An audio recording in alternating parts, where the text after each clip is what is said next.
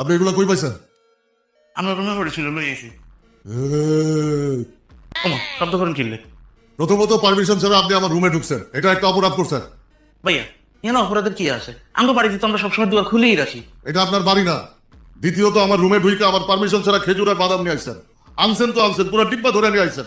একটা দুইটা আনলেও বুঝতাম, আপনি তো লোক সুবিধান না।